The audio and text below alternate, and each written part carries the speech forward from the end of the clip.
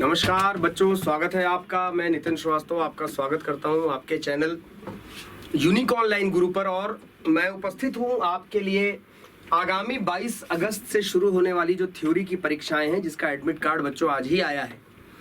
तो सबसे पहले तो आप उसको डाउनलोड कर लीजिए और ये वीडियो अब आप तक निरंतर इस तरह के बना के भेजेंगे ताकि आप लोग इनको देखकर अपने पेपर्स की तैयारी कर लें। इस क्वेश्चंस कुछ ऑब्जेक्टिव टाइप के संभावित पैटर्न जो है, जो इस पे प्रश्न बनेंगे बच्चों, वो हम लोग लेकर आए हैं। तो आशा और उम्मीद करते हैं कि आप लोग एकदम तैयार हैं उन क्वेश्चंस को देखकर अपनी तैयारी को और बेहतर बनाने के लिए। तो आइए बच्चों, शुरुआत करते हैं पाइथन पेपर ऑब्जेक्टिव क्वेश्चंस का।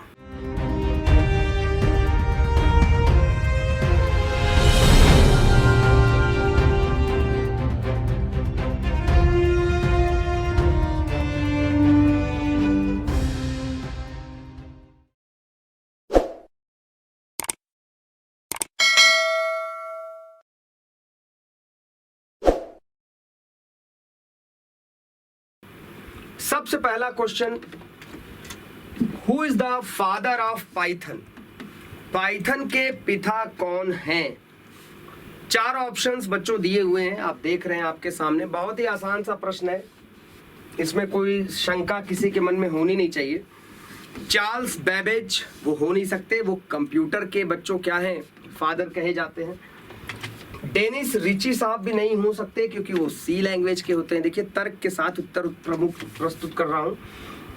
और तीसरे सज्जन है गाइडो वैन रोसम। आप जानते हैं, आप सबको बताया गया होगा कि यदि मैंने पढ़ाया या कहीं भी आपने पढ़ाई है, तैयारी की है बच्चों, कि who is the father of Python? Guido van Rossum. None of the above हो नहीं सकता। क्लियर? नेक्स्ट क्वेश्चन की ओर बिना देर किए, पाइथन किस प्रकार की लैंग्वेज है? केस सेंसिटिव है, केस सेंसिटिव इनसेंसिटिव है, बोथ है, या नन ऑफ द अबव? सबसे बड़ा प्रश्न तो बच्चों यहां पर यह है कि भैया प्रकार में जो कह रहा है केस सेंसिटिव, इसका मतलब क्या है? आप जानते हैं, मुझे पूरा भरोसा है, फिर भी मैं आपको डिस्कस कर दूं कि बच्चों केस सेंसिटिव का मतलब होता है कैपिटल और स्मॉल दोनों में डिफरेंस।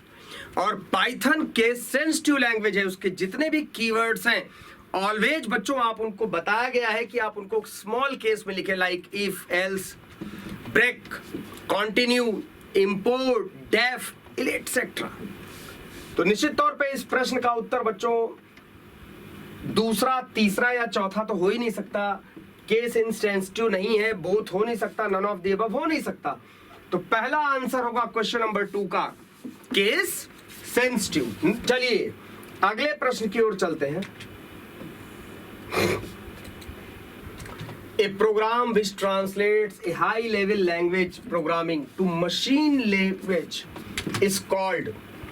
एक प्रोग्राम जो उच्च स्तरीय भाषा कार्यक्रम को एक मशीनी भाषा में, अर्थात आप जानते हैं हाई लेवल लैंग्वेज के कोड को बच्चों, हाई लेवल लैंग्वेज के कोड को मशीन लैंग्वेज में कन्वर्ट करने बिना कोई प्रोग्राम बच्चों एग्जीक्यूट कर ही नहीं सकता, रन कर ही नहीं सकता। तो यही प्रश्न है कि भैया कौन है वो सॉफ्टवेयर? आपको मालूम है सिस्टम सॉफ्टवेयर कैटेगरी की एप्लीकेशंस हैं, प्रोग्राम्स हैं। कंपाइलर और इंटरप्रेटर वो दोनों प्रोग्राम हैं जो कि इस कार्य को बच्चों करते हैं। तो निश्चित तौर पे बिना सोचे समझे आप आंसर क्या लगाएंगे? Both A and B.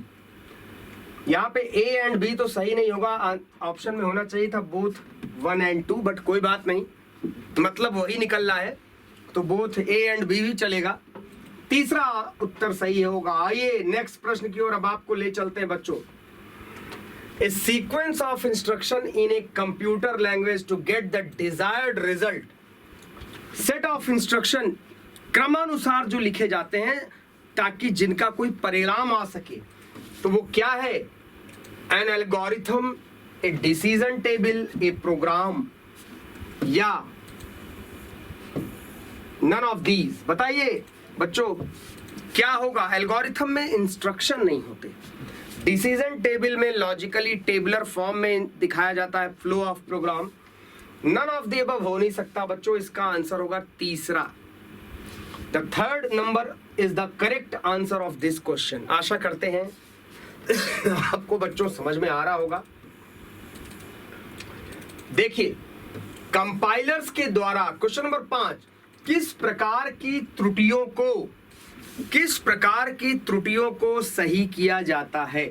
Compiler देखिए बच्चों, कंपाइलर आपका लॉजिकल एरर्स, कंपाइलर आपका syntax errors, both A and B या none of these.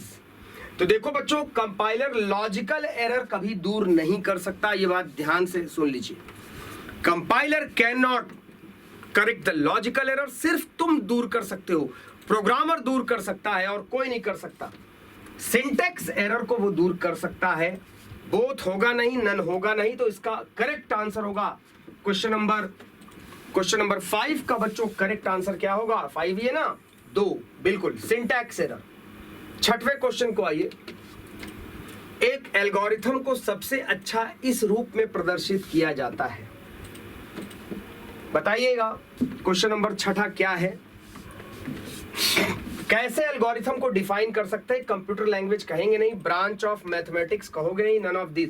Step by step procedure for solving a program. यानी एल्गोरिथम को अगर आपको डिफाइन करना हो तो क्या आप बोलेंगे कि it is a step by step. Program को जब हम सॉल्व करते हैं बच्चों, तो उसी को दुनिया क्या कहती है? उसी को एल्गोरिथम कहती है, step by step. Very good, बहुत अच्छा आप लोग काम कर रहे हैं। बग मीन्स, 7वां प्रश्न है बच्चों, बग का मतलब क्या होता है? A logical error in a program, कोई लॉजिकल एरर जो तुम्हारे प्रोग्राम में है, या a difficult syntax error in a program, या बोथ ए एंड बी, या नन ऑफ दीज। बताइए इसका आंसर क्या होगा बच्चों? बग का मतलब किसी भी प्रकार की एरर हो वही होता है। तो बच्चों इसका आंसर होगा तीसरा, यानी बग का मतलब चाहे वो लॉजिकल एरर हो, चाहे वो सिंटैक्स एरर हो, या किसी भी प्रकार की एरर हो, सब के सब बग्स के अंदर जाते हैं। नेक्स्ट क्वेश्चन की ओर आपको ले चल रहा हूं बच्चों। The part of machine language instruction which tells the central processor what has to be done. बताइए कौन बताता है केंद्रीय प्रोसेसर को कि करना क्या है? सब लोग जवाब दीजिएगा। Who tells an operation code, an address code, an operand? Operation address code बच्चों बताएगा नहीं, ऑपरेंड इंस्ट्रक्शन ये बताता है कि होना क्या है ऑपरेंड के ऊपर। नन ऑफ द अबव होगा नहीं बच्चों। इसका करेक्ट आंसर क्वेश्चन नंबर 8 का जो सही उत्तर होना चाहिए आप मेरे हिसाब से वो है number 1। An operation code is the correct answer, I think so. Question number 9 बच्चों, विच of the following is not true about an interpreter? निम्नलिखित में से इंटरप्रेटर के बारे में कौन सी बात सही नहीं है? Interpreter generates an object program from the source program. अच्छा, interpreter is a kind of translator. Interpreter analysis each source statement every time it is to be executed, या none of these. Question number 9, चारों प्रश्न, चारों steps मैंने आपके लिए पढ़ दिए। बताइए इसमें से कौन सा सही नहीं है?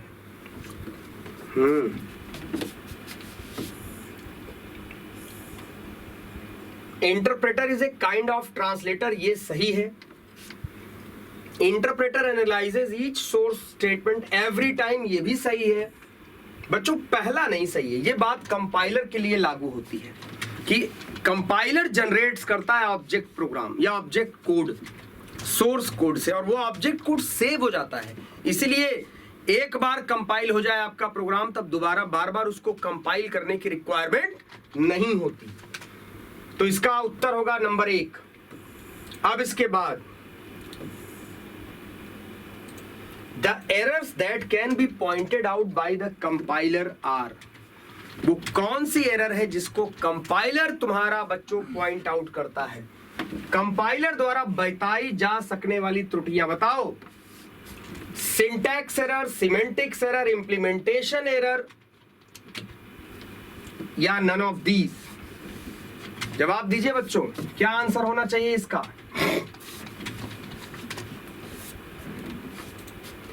कंपाइलर तो देखिए आपका सिंटैक्स एरर भी बता सकता है, सिमेंटिक्स एरर भी बता सकता है, इंप्लीमेंटेशन एरर होती नहीं। लेकिन जो सबसे सटीक आंसर है, देखो मल्टीपल चॉइस क्वेश्चंस में बच्चों आंसर्स कभी कभी एक से ज्यादा, मल्टीपल चॉइस क्वेश्चन में कभी कभी एक से ज्यादा आंसर करेक्ट हो जाते हैं, लेकिन उसमें से ज्यादा करेक्ट कौन है? तो उसमें से बच्चों जो ज्यादा करेक्ट है वो है तुम्हारा, जिसको कहा जाता है पहला आंसर, यानी syntax error is the correct answer. Your syntax error, ये क्या है आपका करेक्ट आंसर आपका है। चलो बच्चों, इसके बाद आगे बढ़ता हूं मैं। Question number 11, which of the following is a language processor? बच्चों इनमें से कौन एक लैंग्वेज प्रोसेसर है? Question number 11। लैंग्वेज प्रोसेसर शब्द तो मुझे लगता है सही नहीं है, अगर ट्रांसलेटर होता यहाँ पे इस क्वेश्चन में तो मुझे लगता है बेटर होता। असेंबलर है, आपको पता होगा असेंबलर भी बच्चों एक ट्रांसलेटर है जो असेंबली लैंग्वेज कोड को कन्वर्ट करता है, किसमें? मशीन लैंग्वेज में। तो असेंबलर भी एक ट्रांसलेटर है। इंटरप्रेटर आप जानते हैं जो लाइन बाय लाइन ट्रांसलेट करता है। कंपाइलर भी आप जानते हो बच्चों, फास्टर है जो कि फास्ट वर्क करता है और पूरे प्रोग्राम को एक साथ कन्वर्ट करता है सोर्स से ऑब्जेक्ट कोड में। तो इन तीनों में तीनों के तीनों सही हैं, तो बच्चों सही उत्तर क्या लगाएंगे आप? All of the above. चलिए, आशा करता हूं आपको बच्चों इस तरह के प्रश्न जो दिखाए जा रहे हैं वो आपको समझ में आ रही होगी, इस तरह के क्वेश्चंस को आप कर पा रहे होंगे, ठीक है? तो इसलिए उम्मीद और आशा के साथ अब मैं आगे बढ़ता हूं क्वेश्चन नंबर 12 की ओर। A programs that converts a high-level language program to set of instructions that can run on computer is called. A program that converts एक प्रोग्राम जो उच्च स्तरीय भाषा कार्यक्रम को कंप्यूटर पर चलने वाले निर्देशों के एक सेट में परिवर्तित करता है। बताइए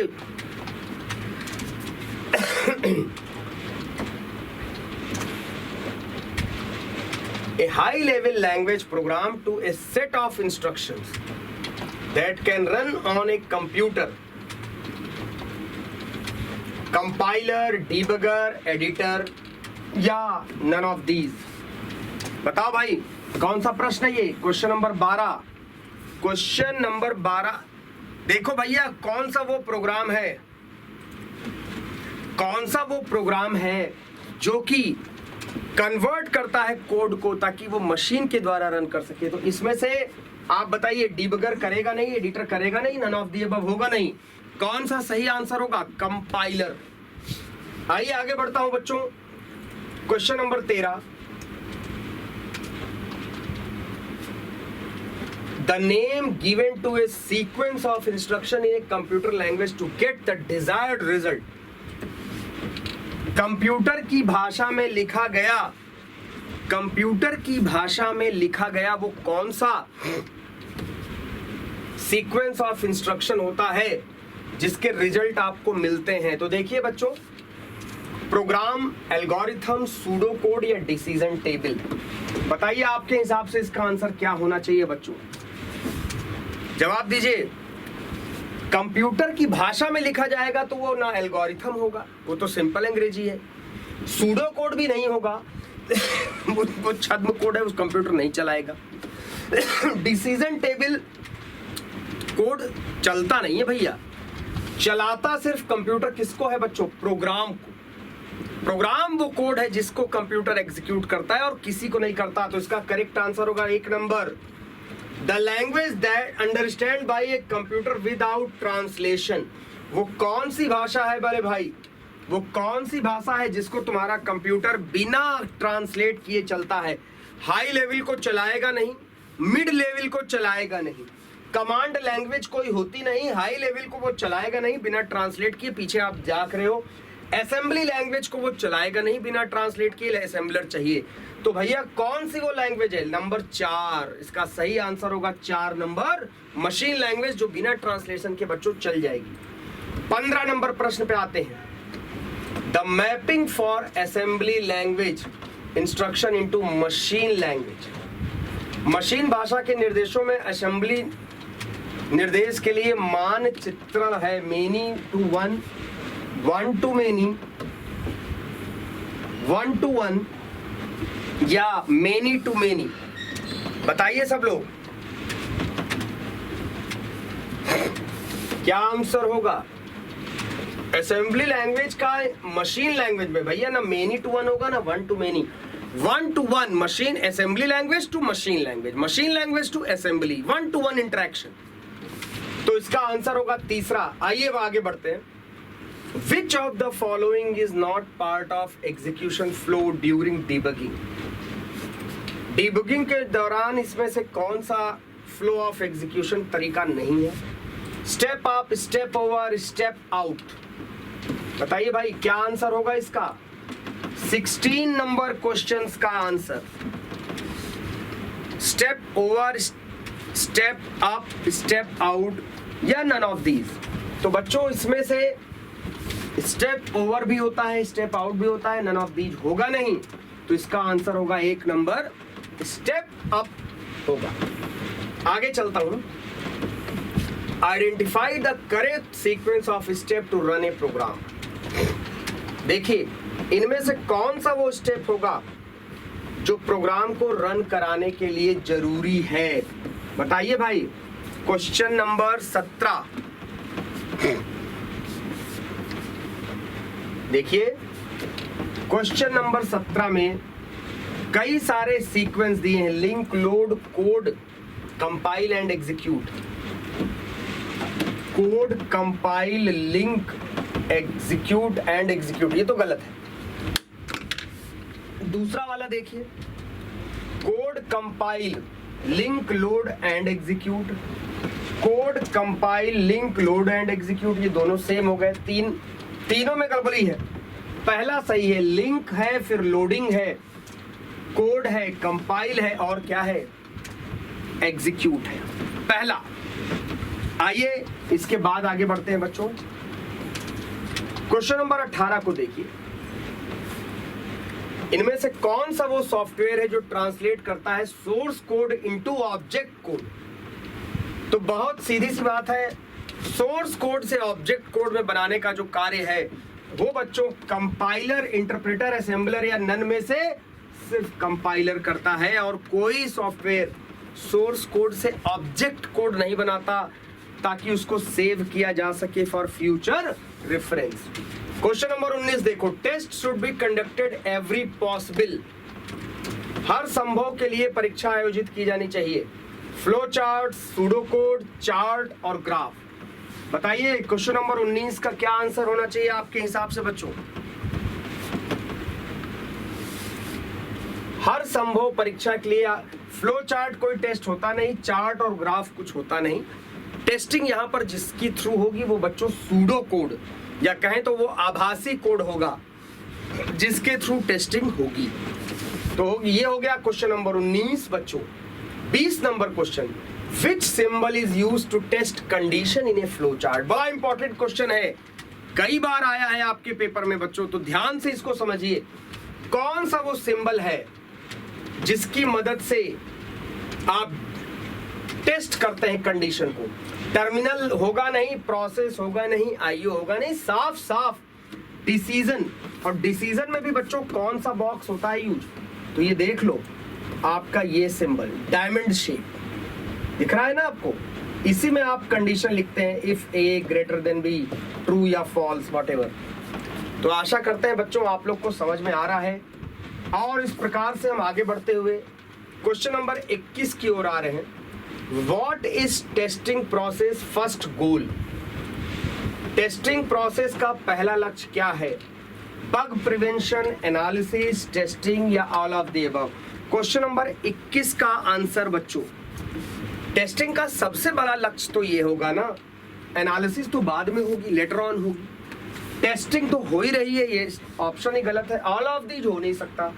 बग प्रिवेंशन, बग का मतलब मिस्टेक्स या गलतियों का पता लगाना, ये सबसे बड़ा आपका क्या होगा, गोल होगा टेस्टिंग का। इसके बाद which type of programming does Python support, object oriented programming, structured programming, functional programming, या ऑल ऑफ दीज। देखिए पाइथन इतनी पावरफुल लैंग्वेज है बच्चों, जो हर टेक्निक को, जितनी भी प्रोग्रामिंग की टेक्निक्स आज के डेट में है, चाहे वो ऊप्स हो, ऑब्जेक्ट ओरिएंटेड हो, चाहे वो प्रोसीजरल ओरिएंटेड हो, चाहे वो फंक्शन प्रोग्रामिंग यानी फंक्शन बना के हो, या तो कहा जाएगा सारी की सारी, सारी की सारी, इसका आंसर होगा डी, बिना देर किए।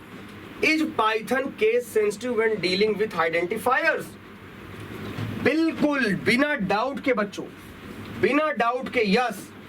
क्वेश्चन नंबर 23 का आंसर होगा यस, यानी B, no doubt about that. Identifiers को डील करते समय पाइथन कैपिटल स्मॉल को अलग करता है। अगर आप पाइथन में आइडेंटिफायर्स, जैसे तुम्हारा ये इफ एक आइडेंटिफायर है, सही तरीका लिखने का ये है, आपने ऐसा लिख दिया तो एरर आनी तय है। क्लियर? चलिए आगे बढ़े बच्चों, समझ में आ गया होगा उम्मीद करता हूं। क्वेश्चन नंबर 24 की ओर हम पहुंच चुके हैं। विच of the following is the correct extension of Python file. बहुत आसान क्वेश्चन है बच्चों, इसमें तो मुझे ऑप्शन भी देखने की जरूरत नहीं है मेरे बच्चों, आप सब जानते हैं py is the correct extension. Python की फाइल का सही एक्सटेंशन है .py, नो डाउट। अगला प्रश्न आइए, 25 नंबर प्रश्न आ गया आपके लिए।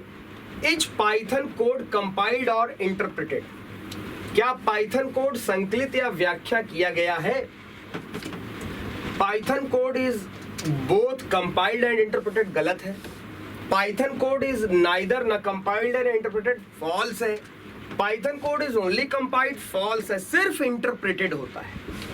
क्वेश्चन नंबर 25 का आंसर चौथा है मेरे हिसाब से, और बिल्कुल सही आंसर है। Python codes are only interpreted. All keywords in Python are, capital होंगे नहीं, अपर केस होंगे नहीं, नन ऑफ द मेंशन नहीं हो सकता। तो मेरे बच्चों पाइथन में सारे कीवर्ड्स लोअर केस में ही होते हैं। क्लियर? आइए अब इसके बाद क्वेश्चन नंबर 27 देखें। What will be the value of following Python expression? 4 plus 3 modulus 5, जरा बताएंगे। 4 plus 3 मॉडुलस 5 का आंसर क्या आएगा? एनीवन? ये एक ऑपरेटर्स का क्वेश्चन है, जवाब दीजिए सब लोग। एनीवन? 4 plus 3 मॉडुलस 5 का क्या आंसर होगा? Question number 27, question number 27।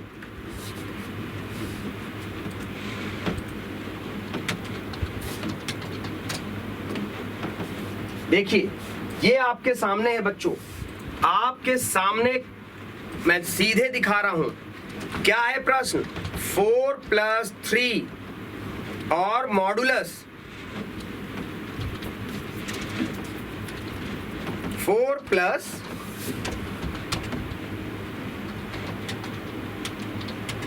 3 modulus 7, यही आपका प्रश्न है ना। तो देखो 4 plus 3 और मॉड दे दीजिए किससे? 7 से। देख लीजिए आंसर आ रहा है आपका 7। क्यों आ रहा है भाई 7?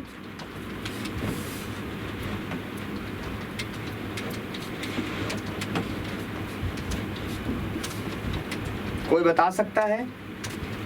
Why this answer is given to 7?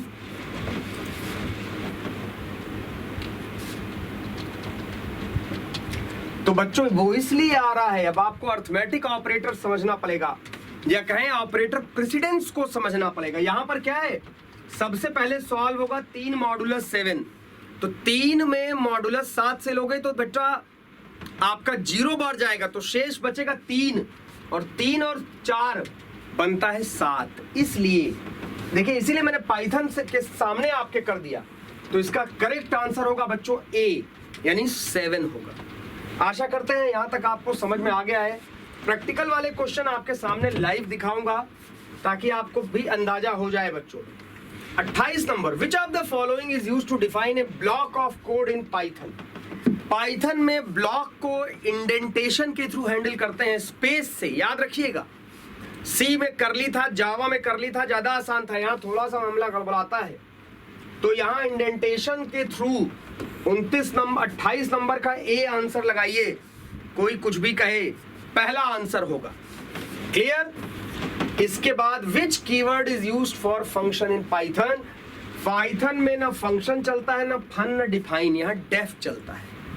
Def function का नाम और पैरेंथेसिस। तो बच्चों 29 नंबर क्वेश्चन का आंसर आपका क्या होगा? बी होगा। अगले पे आ जाइए 30 number, which of the following character is used to give single line comment. Python में सिंगल लाइन कमेंट देना हो, ये तो पहला वाला सी में चलता है, ये चलता नहीं, ये चलता नहीं। तो भैया पाइथन में सिंगल लाइन कमेंट चलता है बी, यानी हैश सिंबल से। तो प्रश्न नंबर 30 का आंसर होगा बी। आगे बढ़ता हूं, विच of the following function is a built in function in Python. बताओ इसमें से कौन सा फंक्शन बिल्ट इन है? फैक्टोरियल नहीं है, प्रिंट है, सीड नहीं है, SQRT है। प्रिंट का ये तो आपका रैंडम मॉड्यूल के अंदर आएगा, मैथ मॉड्यूल के अंदर। 31 का करेक्ट आंसर लगाइएगा बी। अगला प्रश्न, in which year was Python language was developed. 95, 72, 81, 89, 32 number. 95 में बनी नहीं थी, 72 में बनी नहीं थी, 81 में बनी नहीं थी, 89। 32 का करेक्ट आंसर होगा चौथा। पाइथन किस भाषा में लिखा गया है? Number 1 English, number 2 PHP, number 3 C, या number 4 all of these. Question number 33, question number 33 का करेक्ट आंसर है बच्चों सी लैंग्वेज में। सोच लीजिए, सोच लो कितनी ताकत है इस सी लैंग्वेज में मेरे भाई। CA तीसरा आंसर इसका सही होगा। विच of the following is the correct extension in Python file. ये तो रिपीटेड प्रश्न हो गया बेटा, कोई बात नहीं, इसका आंसर करेक्ट आंसर है .py। इसके बाद क्वेश्चन नंबर आपका आ गया 35, in which year the first Python 3.0। 35 number question कोई बताएगा? 2008 3.0 का पहला संस्करण 2008 में बना था, 2000 में नहीं था, 2010 में नहीं था, 2005 में भी नहीं था। पाइथन भाषा में कोड के ब्लॉक को परिभाषित करने के लिए हम किसका उपयोग करते हैं? ये भी रिपीटेड हो गया क्वेश्चन। की का करते नहीं, ब्रैकेट का करते नहीं, इंडेंटेशन सी। तीसरा होगा बच्चों इसका answer. Which character is used to Python make a single. ये भी रिपीटेड हो गया।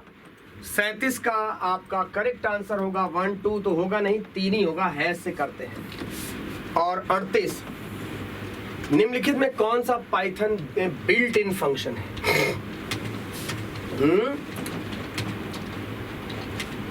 वैल भी है, प्रिंट भी है, किसी को भी लगा दो यार, किसी को भी लगा दो। चलिए, थैंक यू वेरी मच बच्चों। आशा करते हैं कि आपको समझ में आ गया होगा। किसी तरह की कोई दिक्कत नहीं होगी किसी भी प्रश्न में। तो सब लोग मन लगा के पढ़ाई करिए, आपके लिए और भी इस तरह के प्रश्नों का कलेक्शन हम लोग लेके आएंगे। तब तक के लिए जुड़े रहिए हमारे साथ। Thank you very much. नमस्कार, जय हिंद।